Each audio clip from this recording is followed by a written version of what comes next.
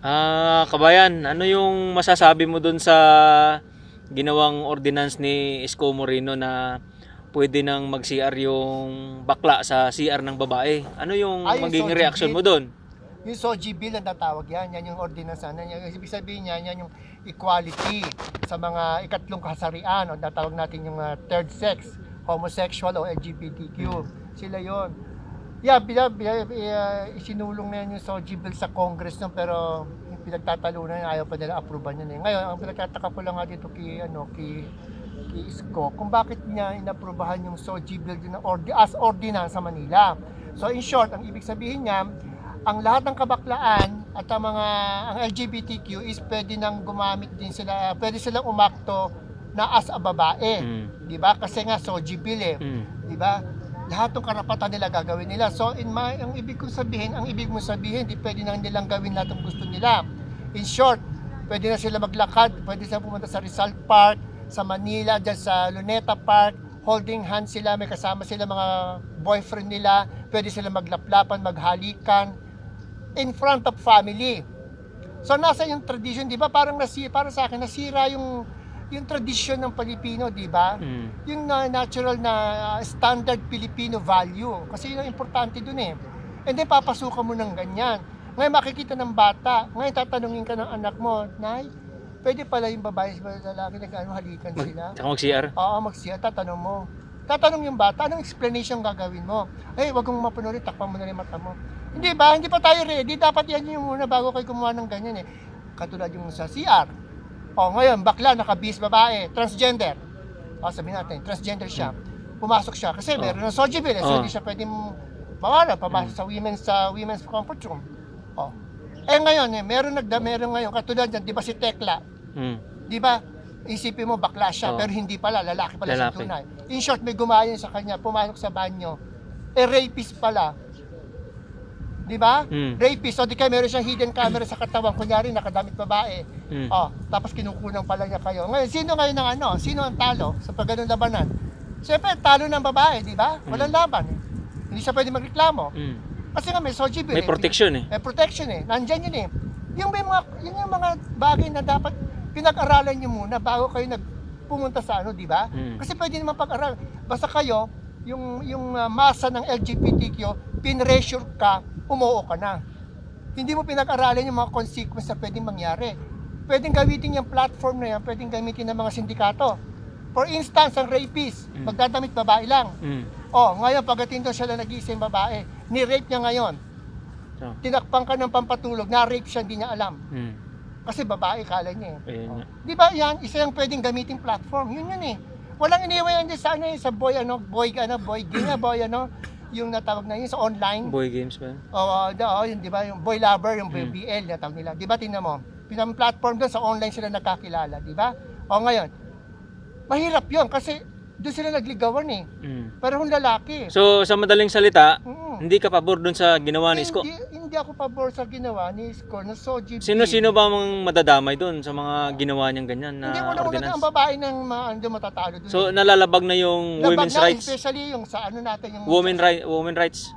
Yung women rights, nilalabag mo na rin din yung ng Bible, syempre. Isa na yan, biblically speaking. Yun ang number one. Kasi lalo na yung mga nagtuturo ng mga religion, syempre against naman sila dyan, alam naman natin yan. Isa na yun sa nilalabag mo.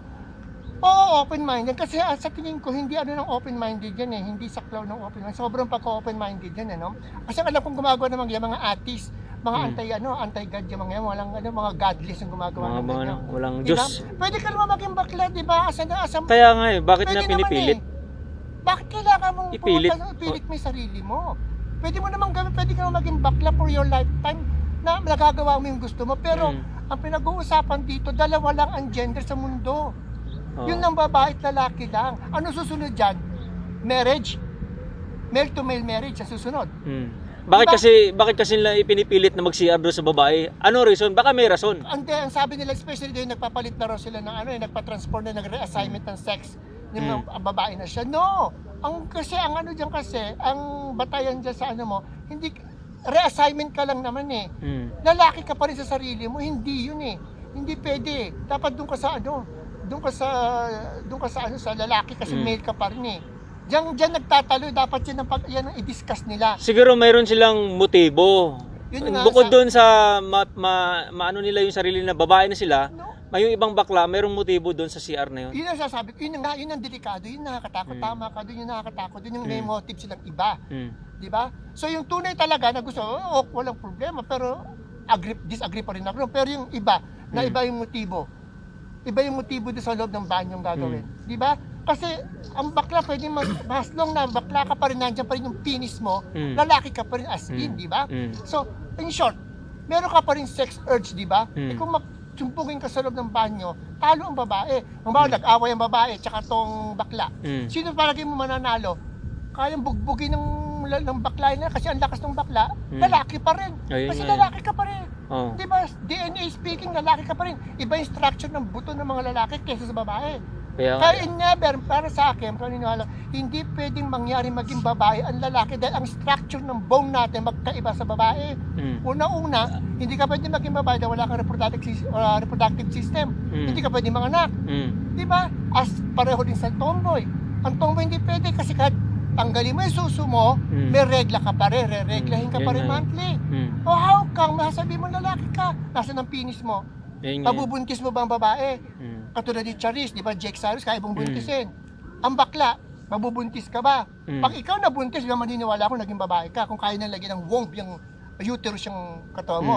O mag-produce ka ng mag-produce ka ng egg ng babae. Hindi eh. So in short, fake. Ayun nga yan. Fake pa rin. Kahit anong ganda mo, fake. Yung ano kasi doon, yung pinaka-logic kasi doon, bakit talagang gusto nila anuhin? Talagang pinupursige nila, ipopost nila yung pag-CR nga. Big issue nga, big issue. Ginagaya nila kasi, LGBT kasi is all over yan, all over the world yan. Ginagaya nila mga open-minded. No, hindi pa mali pa rin yun. Mali, kahit saan kang religion punta mo, mali, hindi tinatanggap yan. Mapunta ka man sa Hindu, mapunta ka man sa Israel, sa mga sa Judaism, mapunta ka man sa Christian, or any religion in this world, wala, hindi nila tinatanggap yan. Walang third sex. Ang tumatanggap lang yan, the Church of Satan, atheist, mga pagan, sila lang ang tumatanggap yan kasi they are godless. Sila lang. Ngayon, kung i-introduce mo sa natin sa city na pag dumami, ano na mangyayari sa atin? Ay, Sodom and Gomorrah na. Sodom and Gomorrah. So, kaya nga may Sodom and Gomorrah, di ba, is warning. Di ba? Warning. Sabi, bakit daw hinuhusgahan? Bakit ang Diyos hinuhusgahan sila? Hindi may hinuhusgahan yun. Hinuhusgahan sila nung that time kasi sumobra na sila. Oo. Nag-asal hayop na sila, hindi na tao. Yun ang ibig sabihin, pero not mean, sinasabi lang sa inyo. Di ba? Hindi naman kayo hinuhusgahan eh. Okay na. Gumalaw lang kayo nung naaayon. Huwag kayong sumobra kasi sobra-sobra kayo, maapaw kayo eh. Gusto naman niyo lahat kayo na eh, di ba? Ang ina-protection natin dito yung mga kabataan, yung young generation na walang third sex. Hindi totoo 'yon. Walang ex-gender kasi gusto nila, di ba, mayroong male. Anong sex status mo, di ba? Sabi sa civil status mo, di ba? Ano ako male, sex female. mo? Di ba? Male, isa sa female, di ba? Female. Tapos sa kanila, ang LGBTQ, X. X. How dare you X? Paano ka nangyaring X? Wala na X. Boys and girl as a katawang daw. No. Kako, ang pagiging bakla kako is psychological. Ganun din, the same thing kako pareho rin sa mga mga tomboy. Psychological yan, psychological disease. Hindi yan biological. Kung ano yung organ mo, yun ang biological. That is yun ang binabasihan, hindi yung psychological mo. Tama. Kasi pwede ka magbago eh.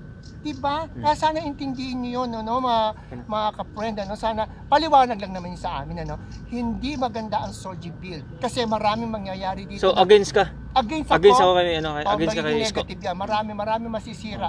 Especially mga kabataan. Sana pag-isipan natin to. Yun lang.